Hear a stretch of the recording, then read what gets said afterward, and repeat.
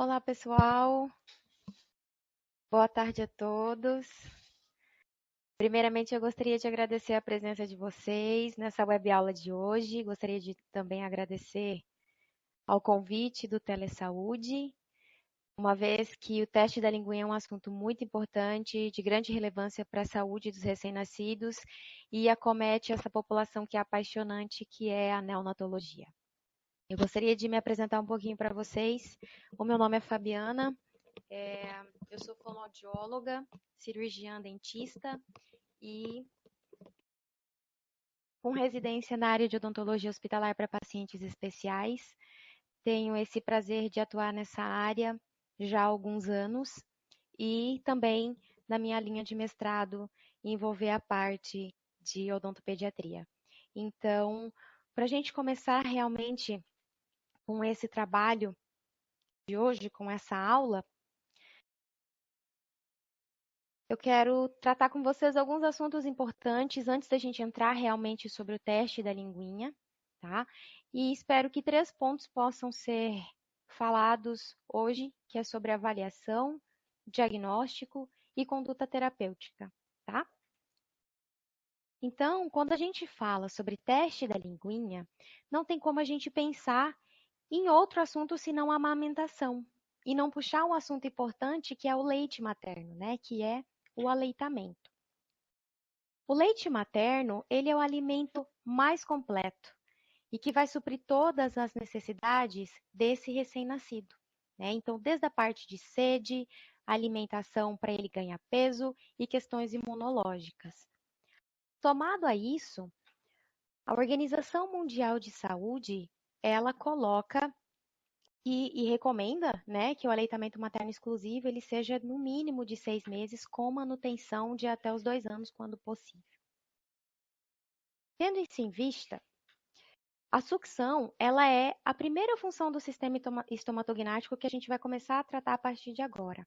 Então, por volta da 28ª semana de gestação, esse feto, ele começa a desenvolver o que nós chamamos de suckling, que é ainda um padrão de deglutição um pouco em desenvolvimento, ele é ainda imaturo, mas é nesse momento que ele já começa a fazer movimentos de extensão e também de canulamento de língua. Por volta da 32ª semana de gestação, o reflexo de procura, ele começa a se firmar. E na 34ª semana, nós já temos a coordenação de sucção e de deglutição melhor formado já prestes ao nascimento, né? Então, quando esse recém-nascido se encontra nesse período pós-parto, o reflexo de procura ele já está estabelecido e isso vai favorecer para que ele abocanhe a areola, né? E assim consiga fazer o processo de mamar. Então, ele vai coordenar não só agora sucção e deglutição, ele vai conseguir coordenar a sucção, deglutição e respiração, que é o que a gente chama de coordenação ou sequência SDR, e que vai ser super importante para a sobrevivência. Então, para ele realmente conseguir mamar de maneira efetiva, ele vai precisar de um sistema nervoso central íntegro, de estruturas bucais e orofaríngeas íntegras, porque o reflexo oral, ele é involuntário. Como a gente acabou de ver, o reflexo oral, esse reflexo de procura, ele começa a ser desenvolvido ainda na parte gestacional. Então, quando nasce, ele vai ser involuntário e ele vai perdurar aí até mais ou menos os 4 meses de vida. O que é diferente da ordenha. E isso é explicado, pessoal, porque a ordenha do leite, não sendo involuntária, ele vai precisar então do comando cerebral e também das estruturas bucais e orofaríngeas atuando em consonância, atuando em conjunto para ele conseguir extrair esse leite da mama. Então é muito importante que nós façamos sempre uma retomada sobre a pega correta, né? Então aqui nós vamos seguir esses pontos para a gente conseguir relembrar desses pontos importantes para a pega correta. O primeiro ponto é a narina livre. O narizinho do recém-nascido ele não vai estar afundado na mama de maneira que passe ar livremente. O segundo ponto é os lábios evertidos. Então, ele vai estar com os lábios para fora, como se fosse uma boquinha de peixe. O terceiro ponto é que durante a amamentação, as bochechas elas vão ficar gordinhas. Então, o bucinador vai estar fazendo, o músculo bucinador, ele vai estar fazendo a sua função correta. Então, ele vai ficar mais cheinho, mais gordinho durante a amamentação. Se nós observarmos que durante esse processo houver alguma covinha, um buraquinho, né? Falando mais didaticamente, com estalos ou barulhos durante essa amamentação, a gente recorre e analisa para ver que ponto que não está saindo da maneira correta, né? O quarto é a postura mandibular. Então, essa mandíbula vai ficar próxima aqui do seio. Ela não precisa estar afundada no seio da mãe. E o que nós vamos observar durante o processo de amamentação? Que essa mandíbula, ela vai fazer um movimento antero-posterior e vai conseguir, então, tocar nessa região. Então, durante o processo, ok, tá? E em quinto ponto, nós temos a pega. O tanto que ele vai abocanhar essa areola. Precisa ser tudo? Não, não precisa ser toda a areola, mas a grande parte sim. O que nós temos que prestar atenção é que ele não faça a pega somente no bico do peito da mãe. O ciclo de movimentação da sucção, eu trouxe um exemplo para tentar ficar um pouco mais didático para nós entendermos nessa parte do estudo. É claro que vai envolver inúmeras estruturas bucais e orofaríngeas, mas a gente vai prestar atenção aqui agora na mandíbula e na língua. Então, de maneira conjunta, essa língua ela vem para a região anterior, fazendo a sua extensão, e antes de chegar no final, ela começa a fazer um movimento de subida, já pressionando, né, essa língua já pressionando parte da areola e do bico do peito para conseguir extrair o leite e automaticamente já vendo fazendo um movimento de varredura, né, para a região posterior. Então, vira um ciclo do movimento da sucção. As estruturas bucais que nós comentamos que têm que estar íntegras, nós temos uma estrutura muito importante que é o freio lingual dentro desse assunto que é o teste da linguinha, né? Então, a estrutura bucal do freio lingual entra exatamente nesse ponto e ele é uma prega fibromucosa, composta de tecido conjuntivo. Ele vai estar localizado na região entre essa parte do ventre de língua e a parte também de assoalho bucal. Às vezes ela se estende um pouquinho mais para a região de crista alveolar, tá? Ela é uma prega única, mediana, e acontece que no processo gestacional, esse freio lingual, que é composto por tecido conjuntivo, sofre a apoptose, né? Que é uma programação para que ele tenha a sua absorção, né? Totalmente programada e sem prejuízo para esse feto. Quando esse recém-nascido, ao nascimento, é avaliado e a gente constata que ele tem essa persistência do freio lingual, aí sim nós percebemos que essa linguinha ela é um pouco mais baixa, ela não consegue ter uma certa movimentação, e então nós começamos a pensar no processo de amamentação para que ele seja realmente produtivo. E então, essa condição ao nascimento se chama anquiloglossia, tá? Ainda a gente não tem na literatura um trabalho, artigos científicos que falem, olha, com certeza não acontece a apoptose dessa região em determinados seres vivos por conta de tal fator. Mas nós temos um fator que é bastante justificado e é recente, é de 2017, que fala sobre o fator familiar, né? Que é uma característica genética, podendo ser autossômica ou dominante, e bastante relacionada à genética vinda do pai. E isso se dá pela ocorrência, porque a ocorrência ocorre, então, a cada 3 homens, uma mulher, tá? Quando nós falamos de prevalência da anquiloglossia, muitos profissionais batem na tecla de que a anquiloglossia ela não tem uma prevalência muito alta. Mas nós precisamos estudar e comparar essas prevalências, né?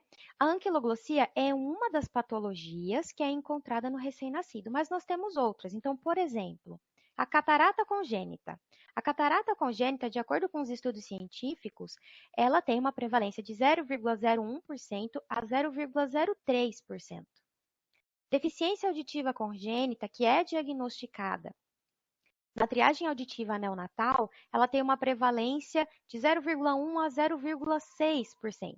E quando a gente compara com 4 a 11%, a gente vê que não é uma prevalência tão baixa assim. O freio lingual, ele já foi constatado histologicamente por estudos científicos do que ele é composto, né? Então, nós temos aqui duas microfotografias bastante interessantes. A primeira microfotografia mostra o freio lingual, que ele é composto por bundles de fibras, né? Então, são grupos de fibras bem juntinhas umas próximas das outras. Nós conseguimos perceber por essas setas, tá? E esses bundles de fibras é um tipo específico de fibra. É uma fibra muscular esquelética estriada. Essas fibras musculares esqueléticas estriadas, a gente consegue comprovar por essa outra microfotografia, porque ela é composta por um tipo específico de colágeno, que é o colágeno tipo 1. E a característica desse colágeno tipo 1, que é essa parte laranjada, vermelha, que é 99% de composição, ela é resistente à tração. Isso significa que o freio lingual, ele não tem capacidade de ser esticado, tá? E nós conseguimos encontrar esse colágeno tipo 1 em outras partes do nosso organismo também, como, por exemplo, ligamentos e tendões, tá? O que acontecia antigamente era que a literatura falava para nós o seguinte: olha, se essa criancinha fizer fonoterapia, ou se a amamentação dele perdurar por mais tempo, ou então, de acordo com o crescimento e desenvolvimento crâniofacial, esse freio lingual ele vai tomar um posicionamento diferente, ou ele vai se esticar. Na verdade, estudos comprovam que isso não acontece, né? Então, a gente acabou de ver, histologicamente, ele não tem essa capacidade de se esticar. E estudos comprovam também com observação do freio lingual de bebês, nem no primeiro, nem no sexto, nem no 11º mês de vida ele vai mudar tanto a sua espessura, tanto a sua fixação, tá? Nem o seu posicionamento. Então, a consequência de deixar esse freio lingual persistente vai acarretar inúmeros prejuízos, tanto para a mãe quanto para o recém-nascido, né? E esse RN, gente, ele não vai conseguir mamar direito, não vai conseguir mamar corretamente, porque o freio está sendo totalmente limitado por uma prega que vai impedir o movimento completo daquele ciclo de amamentação, de sucção que a gente já acabou de ver, né?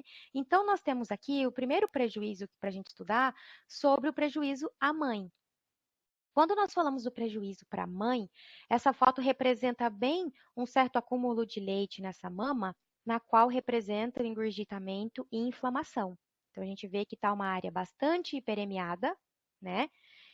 E nós temos também as fissuras ou rachaduras, muito comum quando o recém-nascido só faz a pega incorreta e só pegando aqui a região do bico do peito, né? Não pega parte da areola.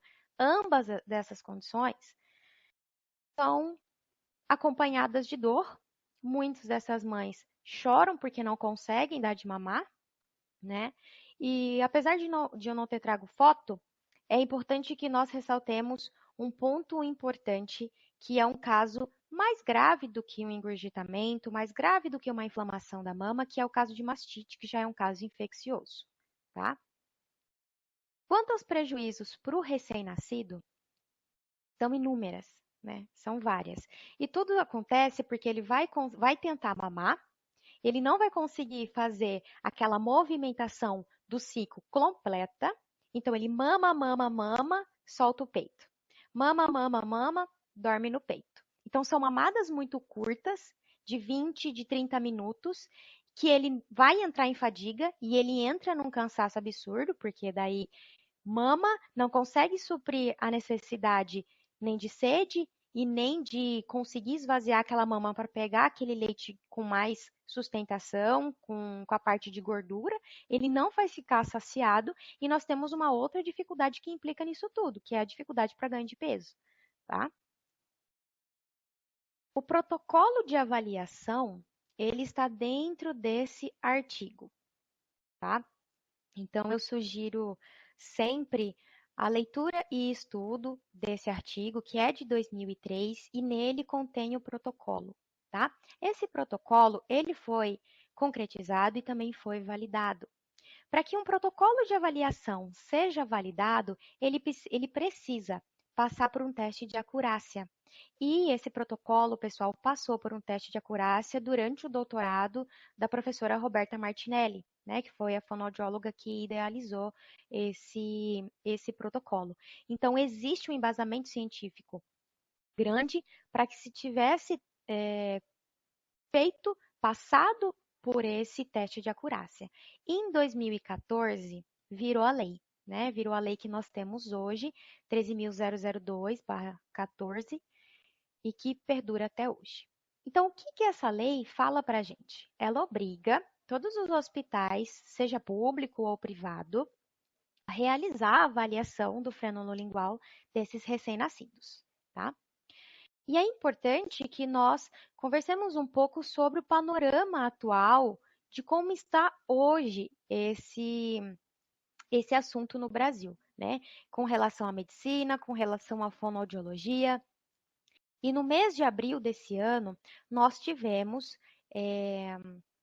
a ocasião na qual a Sociedade Brasileira de Pediatria, a SBP, enviou um documento para o Ministério da Saúde pedindo com que não fosse mais obrigatório, né, o teste da linguinha.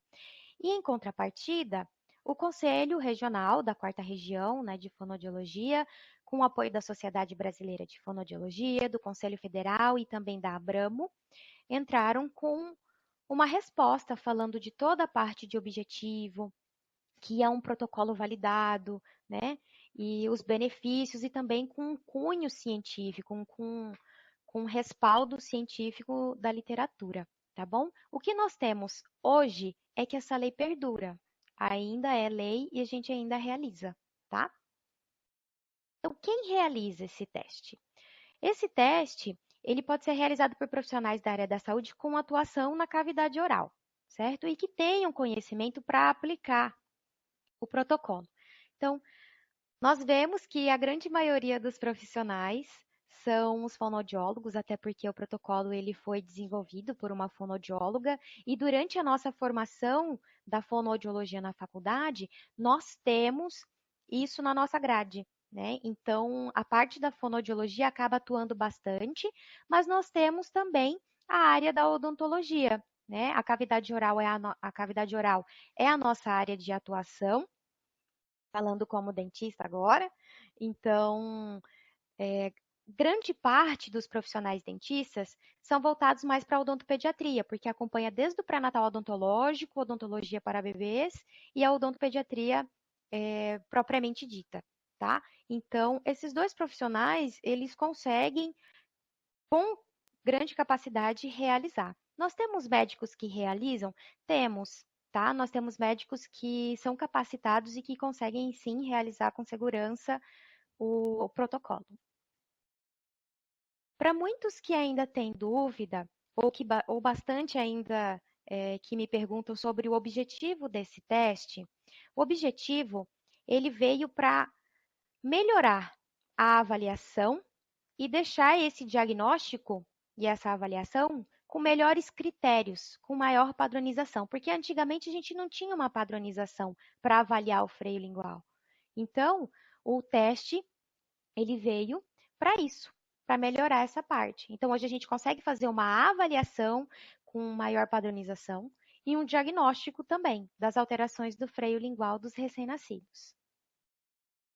Com tudo que a gente já comentou até agora, então o diagnóstico precoce, ele vai favorecer o aleitamento materno, ele vai diminuir as complicações que nós vimos tanto para o recém-nascido quanto para a mãe, e isso também vai evitar futuras alterações funcionais. E quando a gente fala funcionais, a gente está se referindo à mastigação e deglutição, impacto no crescimento orofacial, principalmente com relação à maxila, porque vai acabar interferindo na respiração, e alterações de fala. Eu vou comentar agora um pouquinho com vocês sobre o protocolo. Ele é um protocolo, como eu já mostrei anteriormente também, ele está dentro desse artigo da Martinelli, Marquesan e da Berretin-Felix de 2013, tá? Vocês conseguem baixar na internet sem maiores dificuldades. E o protocolo de avaliação, ele é curto e direto. Só que nenhuma das partes devem ser subestimadas, tá?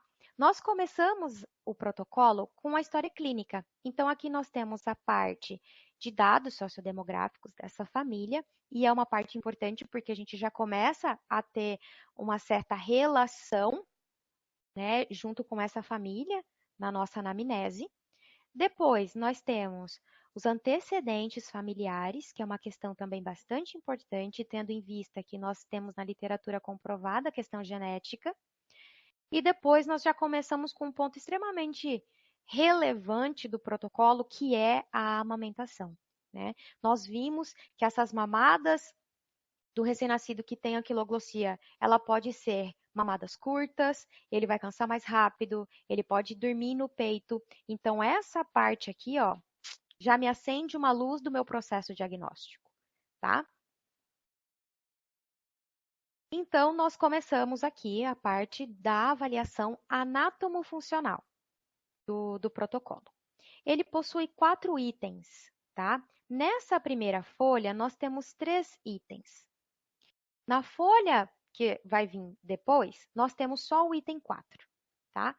Então, como é que a gente vai fazer essa avaliação? O primeiro ponto é a postura em repouso. Então, assim que o nenê chega no teu consultório, a gente vai avaliar a parte de lábios em repouso. E nós fazemos a marcação de como está, tá? O segundo ponto é a tendência do posicionamento da língua durante o choro. Mas e se, professora, e se o nenê chegar na nossa consulta e ele estiver dormindo, né? Comumente, nós trocamos ele de posição no colo da mãe, ou colocamos no colo do pai, ou então a gente faz um carinho na mãozinha, no pezinho, para que ele desperte, e às vezes ele abre um chorinho e é nesse momento que a gente vai avaliar a tendência do posicionamento de língua e também a tendência da ponta, tá? Dessa língua. E nós fazemos então a marcação. No final do protocolo, ele já me dá uma ideia do score, porque se o score for alterado lá no final da nossa avaliação, no final do preenchimento do protocolo, eu vou ter que tomar uma conduta, né? O profissional que estiver realizando esse protocolo vai ter que tomar uma conduta. Então, aqui ele já começa a me dar uma prévia. E ele fala o seguinte: se eu somar a pontuação do item 1, do 2 e do 3, e essa pontuação for igual a 4 ou maior do que 4, eu já tenho que acender a minha lâmpada na minha cabeça de que realmente essa língua está com algum impedimento justamente por conta do freio lingual, tá? Essa daqui é a parte 4 que eu comentei com vocês, e aqui é a avaliação do freio propriamente dita, tá? Então, com o dedo enluvado, nós vamos fazer a manobra para visualizar o freio lingual. É uma avaliação simples, mas que deve-se ter cuidado, né, para a gente não machucar, tendo em consideração que a cavidade oral dos recém-nascidos é delicada e é pequenininha. Então, com o dedo enluvado, unha curta, para não machucar, nós apoiamos os polegares na região próxima de lábio inferior e com os dedos indicadores nós fazemos o movimento que vai da parte de assoalho e sobe para a região de ventre de língua. E nós vamos então marcar se esse freio lingual ele é visto com a manobra ou sem manobra, tá? Nesse momento nós já avaliamos também a espessura, se é mais fininha, delgada ou se ela é mais espessa. E a fixação. Tanto a fixação nessa região, que é voltada para a parte do ventre de língua, quanto para essa região de assoalho, tá? E que pode, algumas vezes, estar abaixo da carúncula lingual, mais próxima dessa região de crista óssea alveolar. Então, o protocolo me dá outra estimativa de score. Se só nesse 4 a minha pontuação for 3 ou maior do que 3, eu já posso considerar que eu tenho restrição do movimento de língua. Eu posso parar o meu protocolo aqui e falar que esse score, que essa avaliação do RN que eu estou fazendo está alterado? Não, tá? O ideal é que a gente complete todo o protocolo. Então, eu já vou fazer a minha somatória prévia. Eu vou pegar o item 1, o 2, o 3 e o 4 e vou fazer a somatória. Se essa somatória tiver dar 7 ou maior do que 7, eu já sei que sim, tá? Essa resposta, aqui no final, o protocolo já me dá. Eu posso considerar como interferência do freio lingual no movimento de língua, tá? Mas eu vou continuar e terminar o meu protocolo. Essa é a segunda e última parte do protocolo, é uma avaliação da sucção não nutritiva e nutritiva. Essa não nutritiva nós vamos avaliar com o dedo enluvado, né, com o dedo mínimo, então nós estimulamos o reflexo de procura e com essa parte da palma da mão voltada, com o dedo mínimo, a gente nós avaliamos então essa sucção do recém-nascido. Nisso a gente vai avaliar como está o canolamento, como está a extensão, como está a parte antero-posterior do movimento de língua e nós fazemos então a marcação. Agora, a sucção nutritiva, ela tem que ser avaliada através da amamentação, tá? Nós vamos ter que colocar esse bebê no peito para avaliar durante mais ou menos uns 5 minutos. Mas e se ele chegar na nossa consulta mamando? Nós podemos ir lá para esse final do protocolo? Podemos, tá? Isso não tem problema nenhum. Nós podemos começar por essa parte aqui final da amamentação e nós vamos então avaliar o ritmo, se ele consegue fazer a coordenação SDR sem engasgar, sem ter tosse, sem regurgitar, tá bom? Se ele morde o mamilo da mãe ou se ele também faz estalos durante a amamentação. Então, só resumindo, se o bebê aparecer, né, no seu consultório já mamando, pode vir para essa última parte que não tem problema, tá? Somado todos os pontos, deu 13 ou maior do que 13? Então, alterado, tá? O profissional que realizou essa avaliação tem que encaminhar para um cirurgião de dentista para conseguir fazer, então, a liberação do freio lingual. O impacto de não realizar essa avaliação só vai postergar o diagnóstico, só vai postergar o tratamento. Então, a gente vai deixar esse recém-nascido com essa dificuldade e essa mãe também com essas dores para conseguir amamentar, né? Não é de agora que se fala sobre o desmame precoce, né? E o que a literatura traz para nós? Que a anquiloglossia, deixar esse recém-nascido com esse freio lingual persistindo, só prolonga e persiste a dificuldade na amamentação. Então, nos primeiros 3 meses de vida, nós não queremos que o nosso paciente entre nessa estatística e seja um recém-nascido, um bebê que pare de mamar no peito para entrar com aleitamento artificial e etc. Tá bom? Esse protocolo, ele pode ser realizado tanto no serviço público quanto no serviço privado. De acordo com a lei, os hospitais e maternidades, eles são obrigados a realizar, mas nós temos alguns outros casos que também dá para ser realizado esse protocolo. Então, por exemplo, um centro de especialidade odontológica em algum interior, tá? Em alguma cidade do interior.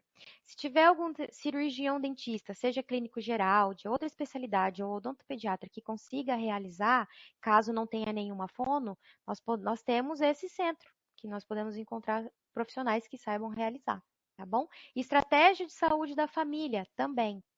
E o protocolo é feito da mesma maneira em qualquer um dos locais, tá? Nós não fazemos pela metade porque está na estratégia de saúde da família. Não, o protocolo ele tem que ser feito da maneira completa.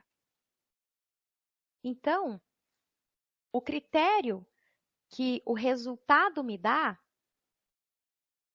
Não tenhamos dúvida, tá? Nós não precisamos ter dúvida se esse score deu alterado. Então, se deu a avaliação anatomofuncional acima de 7 pontos ou o total acima de 13 pontos, nós encaminhamos para o cirurgião dentista para conseguir fazer o tratamento adequado para esse recém-nascido, tá? Então, professora, que procedimento que é esse, né? Nós chamamos de frenotomia. É um procedimento que cirurgião dentista faz, não precisa ser um bucomaxilo. Odontopediatras, cirurgiões dentistas hospitalares, principalmente aqueles que têm vivência na parte de maternidades, hospitais maternidades, são capacitados para realizar esse tipo de procedimento, tá? É um procedimento simples, rápido, seguro e de baixo custo. E o que nós vamos fazer é liberar. Simples assim, a gente vai separar esse freio, né? Que é uma prega fibromucosa, um tecido conjuntivo persistente naquela região. De acordo com a literatura, o ideal é que a gente consiga fazer até o 28º dia de vida. Mas o que a gente bate muito firme na tecla na nossa prática clínica é que seja feito nos primeiros 7 dias de vida, tá? Muitos perguntam e também têm dúvidas sobre dois procedimentos que a odontologia faz e que têm nomes parecidos. Que um é a frenotomia, que é o que nós fazemos para o recém-nascido, e outro é a frenectomia. A frenectomia, ela é um procedimento bastante invasivo, tá? Então, nesse procedimento, nós vamos ter que anestesiar, fazer bloqueio de nervo lingual bilateral, e além de remover o freio lingual, a gente ainda vai ter que fazer divulsão tecidual, reposicionar em novo plano e fazer uma sutura dessa região. Então, quem faz a frenectomia, né? O tipo de paciente que vai estar exposto a esse tipo de procedimento são crianças maiores, adolescentes e até adultos. O objetivo da frenotomia, nesse primeiro momento, é favorecer a amamentação. Tá? Então, são objetivos diferentes, cirurgias, procedimentos diferentes. Nós sempre nos embasamos em evidência científica, né? Então, desde 1990 para cá, muitos estudos começaram a ser publicados, colocando a frenotomia como um benefício para a amamentação nesses pacientes que têm a anquiloglossia. Um desses estudos, dos estudos bem importantes, foi em 2004, com esse estudo do Griffins, na qual ele teve uma população de 215 recém-nascidos e que, após a frenotomia, 80% nas primeiras 24 horas, essa população já demonstrava melhora, tanto para a mãe quanto para o recém-nascido. Né? E quando nós falamos evidência científica, se nós lembrarmos daquela pirâmide científica ou daquela escada científica, os estudos com melhores evidências que nós temos são ensaios clínicos randomizados e revisão sistemática.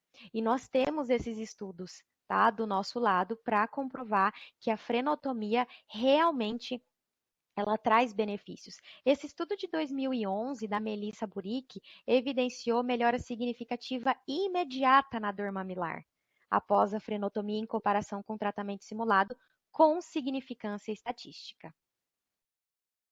Nos últimos 5 anos, uma revisão sistemática também desse autor, que é o Isao Ito, foi publicada e ele coloca como resultado da sua revisão sistemática com meta-análise que há evidência científica favorável, qualidade na evidência científica, mostrando que a freno, ela é um ótimo tratamento para essa dificuldade na amamentação em bebê com anquiloglossia. Além disso, ele coloca que não foram relatadas complicações. Esse ano, um artigo fresquinho saiu sobre a frenotomia e também a anquiloglossia, tá? É um ensaio clínico e não foram relatadas complicações e, além disso, evidenciaram melhora imediatamente após a frenotomia e na dor mamilar com relevância, com significância estatística. Um outro estudo desse ano focou não só nos bebês, mas também na família. Eles tiveram a ideia de fazer um estudo pensando no valor da frenotomia, nos casos de anquiloglossia, e então os resultados foram ótimos. 97% dos pais procurariam novamente a frenotomia em circunstâncias semelhantes, de 77% a 87% dessa população de 176 bebês e recém-nascidos que participaram desse estudo, houve melhora no tempo, na qualidade da amamentação e na dor dos mamilos também. Não houve grandes complicações de acordo com esse estudo. Então agora, um rápido passo a passo para entender como que funciona a frenotomia, tá? Então o cirurgião dentista, ele vai fazer uma análise da estrutura e de anatomia, tá? Então, nós analisamos toda essa parte do ventre, região de assoalho, crista, freio. O segundo passo, nós fazemos uma anestesia tópica e nós temos alguns produtos utilizados com embasamento científico, tá? Que podem ser utilizados nos recém-nascidos e bebês, que é o anestésico tópico odontológico e que nós aplicamos com cotonete estéreo, com luva estéreo, e também o colírio anestésico, 2 gotinhas de colírio anestésico. E essa informação nós temos de acordo com artigos publicados, tá bom? O terceiro passo é a liberação. Então, nós temos alguns materiais possíveis. Nós podemos utilizar a tetracânula como apoio, nós podemos fazer com uma lâmina de bisturi 15 ou 15C, que é um pouco mais delicada, ou a tesourinha íris. A tesourinha íris é uma tesourinha cirúrgica pequena, delicada, e a gente consegue ter um bom controle manual. A utilização desses materiais vai de acordo com o que o cirurgião dentista tiver disponível no serviço onde ele trabalha, tá? Em seguida, que a gente faz a liberação, nós comprimimos sutilmente com uma gaze de 10, 20, 30 segundos no máximo, não precisa mais do que isso, ali na região onde foi feita, porque em alguns casos pode haver um pouquinho de sangramento, tá? E a gente vai conversar já já sobre isso. Então, aqui a comparação antes e depois da liberação do freio lingual. O quarto passo é reposicionar imediatamente esse recém-nascido, esse bebezinho no seio da mãe, tá? Então, aqui tem a referência que eu comentei com vocês, do Almeida. É um artigo publicado recente, 2018, na Cefac. E eles trazem também uma foto bônus, que é o aspecto clínico após 5 minutos de mamada. Então, se vocês observarem, sem sangramento algum, tá? Muitos perguntam, mas, doutora, existe complicações? É muito perigoso eu fazer a frenotomia no recém-nascido? O que que pode acontecer, né? Então, esse procedimento, como já comentado, ele é realizado e deve ser realizado por um profissional cirurgião dentista, né? É a nossa casa. A cavidade oral é o nosso campo de trabalho.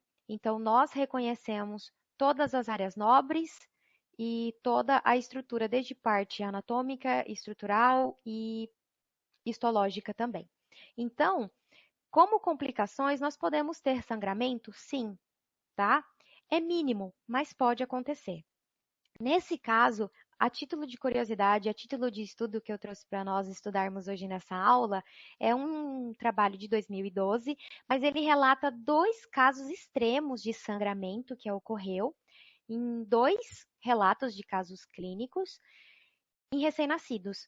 Um foi feito por uma parteira e o outro foi feito por um agente de saúde. Então, esse próprio artigo conclui que a frenotomia deve ser realizada por profissionais treinados. Então, quando é feita com profissionais treinados, as chances de complicações são muito menores.